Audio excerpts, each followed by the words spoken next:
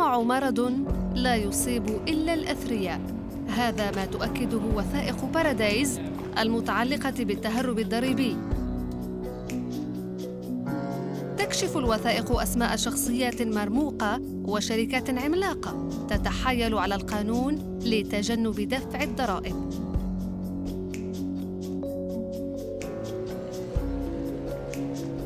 مواطنون فوق العادة يمتلكون المال الذي لا يريدون إنفاقه والسلطة التي تضمن لهم ذلك. ثروتهم مكدسة في مكان آمن. الملاذات الضريبية.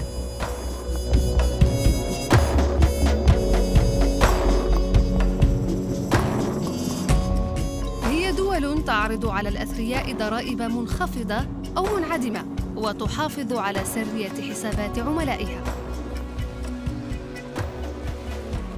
هناك أكثر من 80 ملاذاً ضريبياً، ويقدر حجم الثروات النازحة إليها بنحو 32 تريليون دولار، كما أنها تضم ما بين 8 و15% من صافي الثروات المالية للدول النامية، التي تقدر خسارتها السنوية ب160 مليار دولار.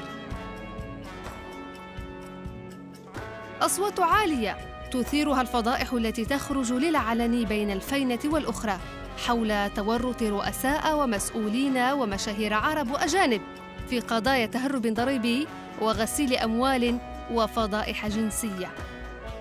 وثائق بارادايز وأوراق بنما لن تكون آخر فصل في مسلسل فضح الفساد الأخلاقي، لكنها حتماً ستخلق جدلاً في الأروقة السياسية لفترة.